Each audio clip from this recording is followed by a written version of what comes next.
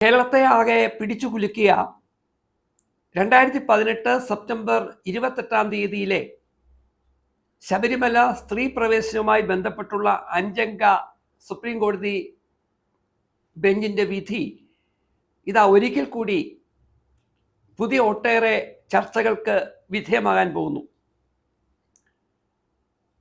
April 7 മുതൽ 2 ആഴ്ച കൊണ്ട് സുപ്രീം കോടതി ചീഫ് ജസ്റ്റിസ് നിയമിച്ച അദ്ദേഹം ഉൾപ്പെടുന്ന 9-അംഗ ബെഞ്ച് ഈ വിഷയം ഒരിക്കൽ കൂടി പുനഃപരിശോധിക്കുകയാണ്.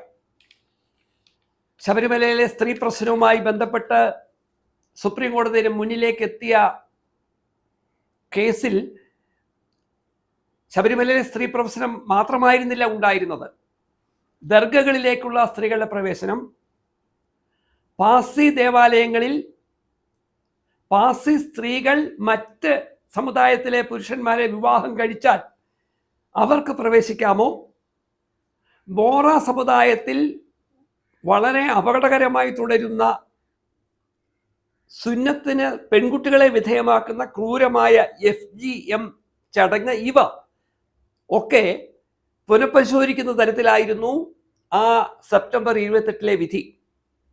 ആ വിധിയിൽ വളരെ കൃത്യമായി ഭരണഘടന ആർട്ടിക്കിൾ 14, 17, 15, 25 തുടങ്ങിയ ഭരണഘടനാപരമായ ചില ഉറപ്പുകളെ ഓർമ്മിപ്പിക്കുന്ന തരത്തിലായിരുന്നു ജഡ്ജിമാർ 5-ൽ 4 ജഡ്ജിമാരും ഏകപക്ഷീയമായി വിധി പറഞ്ഞത്. അതിനോട് വിയോജിപ്പ് രേഖപ്പെടുത്തിയിരുന്നത് ജസ്റ്റിസ് ഇന്ദു മൽഹോത്ര മാത്രമായിരുന്നു. ഭരണഘടനയുടെ ആർട്ടിക്കിൾ 14 പറയുന്ന സമത്വം,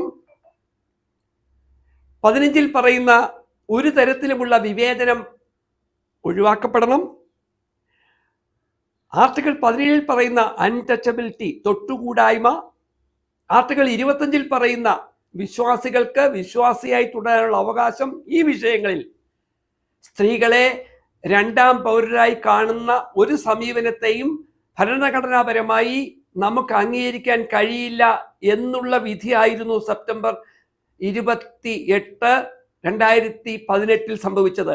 അതുമായി ബന്ധപ്പെട്ട് തുടക്കത്തിൽ നമുക്കൊക്കെ ഓർമ്മയുള്ളതുപോലെ RSS ഉൾപ്പെടുന്ന സംഘടനകൾ ഈ വിധിയെ തുടക്കത്തിൽ വളരെ പുരോഗമനപരം എന്ന് വിശേഷിപ്പിക്കുകയും സ്ത്രീകൾക്കും ദേവാലയങ്ങളിൽ പ്രവേശിക്കാനുള്ള അവകാശത്തെ ശബരിമലയിലും അംഗീകരിക്കണം എന്നവർ തുടക്കത്തിൽ പറഞ്ഞുവെങ്കിൽ പന്തളം മുൻ രാജകുടുംബ അംഗങ്ങളുടെയും ഒപ്പം അവരോടൊപ്പം NSSും ചേർന്ന് തുടങ്ങിയ സ്ത്രീകളുടെ ശബരിമലയിലെ പ്രവേശനം വിശ്വാസികളുടെ വൈകാരികതയെ മാനിക്കാത്ത ഏകപക്ഷീയമായ വിധിയാണെന്നുള്ള ആ മുദ്രാവാക്യത്തെ BJP കൂടെ കൂട്ടിയെന്ന് മാത്രമല്ല, കോൺഗ്രസ് ആ വിഷയത്തെ BJPയെ തോൽപ്പിക്കും വിധം അവർ ആ മുദ്രാവാക്യം ഉയർത്തിക്കൊണ്ട് വിശ്വാസ സംരക്ഷണ ജാഥകളും മറ്റും നടത്തിയത് കേരളത്തിൽ ഉണ്ടാക്കിയ കോലാഹലങ്ങൾ നമുക്കറിയാം.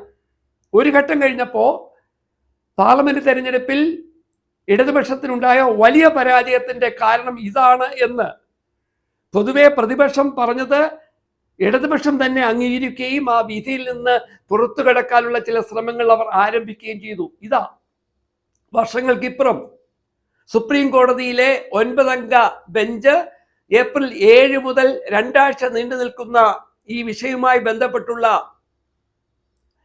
അന്വേഷണങ്ങൾ, തീരുമാനങ്ങൾ ഉണ്ടാകുമ്പോൾ അവിടേക്ക് സുപ്രീം കോടതി അന്ന് പറഞ്ഞ ഇന്ത്യൻ ഭരണഘടനയുടെ 14, 15, 17, 25 വകുപ്പുകൾ മറക്കുവാൻ അവർക്ക് കഴിയുമോ, അതോ ആ വിധിയെ അടിവരയിടാനായിരിക്കുമോ ശ്രമിക്കുക എന്നത് കേരളം ഉറ്റുനോക്കിക്കൊണ്ടിരിക്കുന്നു.